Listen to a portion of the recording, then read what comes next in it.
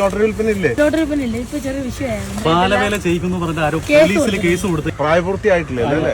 അമ്മയ്ക്കെതിരെയാണോ case? നിയമത്തില് ശരിക്ക് പ്രായപൂർത്തിയാവാതെ വെക്കാൻ പാടില്ല. അപ്പൊ നമുക്ക് നിയമം അനുസരിക്കാം. പോലീസിന് പറയുന്നൊക്കെ നമുക്ക് കേൾക്കാം. ഞാനൊരു ഐഡിയ ചെയ്യാം. എനിക്ക് കേട്ടപ്പോ കേരള ഭാഗ്യക്കുറി വിൽപ്പന നിർത്തണ്ട, ഒരാളെ ഇവിടുന്ന് വെച്ചോ, ശമ്പളം ഞാൻ കൊടുക്കാം ലോട്ടറി വിൽക്കാൻ. നല്ല ഐഡിയ. മോനെ നന്നായിട്ട് പഠിക്കുകയും ചെയ്യാം. ഈ കേസ് വന്നു കഴിഞ്ഞാലും അമ്മേ, ഈ കേസ് കൊടുത്ത ആളോട് എനിക്കൊരു കാര്യം ചോദിക്കാനുണ്ട്. ഈ കഞ്ഞിക്കകത്ത് എന്തിനാണ് ഈ പാച്ച ഇടുന്നത്? അമ്മോ, വലിയ ഡയലോഗാണ്. 7ലെ പഠിക്കണെങ്കിലും 10ലെ ഡയലോഗ്.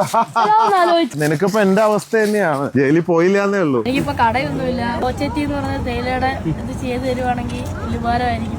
അമ്മയ്ക്ക് ആശുപത്രി പോയത് ശരിയാവുമ്പോഴും ജീവിതമാർഗത്തിന് അത് റെഡിയാവും തോന്നുന്നു. ബോച്ചേറ്റി ഇത് വരുന്നുണ്ട്. Boche brahmi scratch and win. അത് നീ കുറേശ്ശെ കഴിക്കുന്നത് നല്ലതാ. അല്ല, പരസ്യം തന്നെ ബോച്ചയുടെ ബുദ്ധിയുടെയും ഓർമ്മശക്തിയുടെയും രഹസ്യം ബോച്ചെ ബ്രഹ്മി ടീ.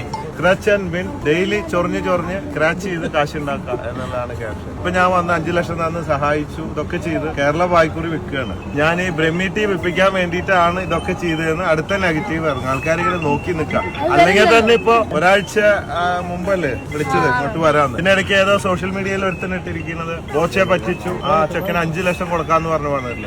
ഞാൻ പറഞ്ഞ് ഒരാഴ്ചയോ ചിലപ്പോ ഒരു മാസം എടുക്കും കൊടുക്കാൻ. കൊടുക്കുന്ന പറഞ്ഞാൽ കൊടുത്തിരിക്കും. ബോച്ചേട്ടി ഇപ്പൊ വിൽക്കണ്ട, തൽക്കാലം ബോച്ചേട്ടി കഴിക്കും. ബ്രഹ്മി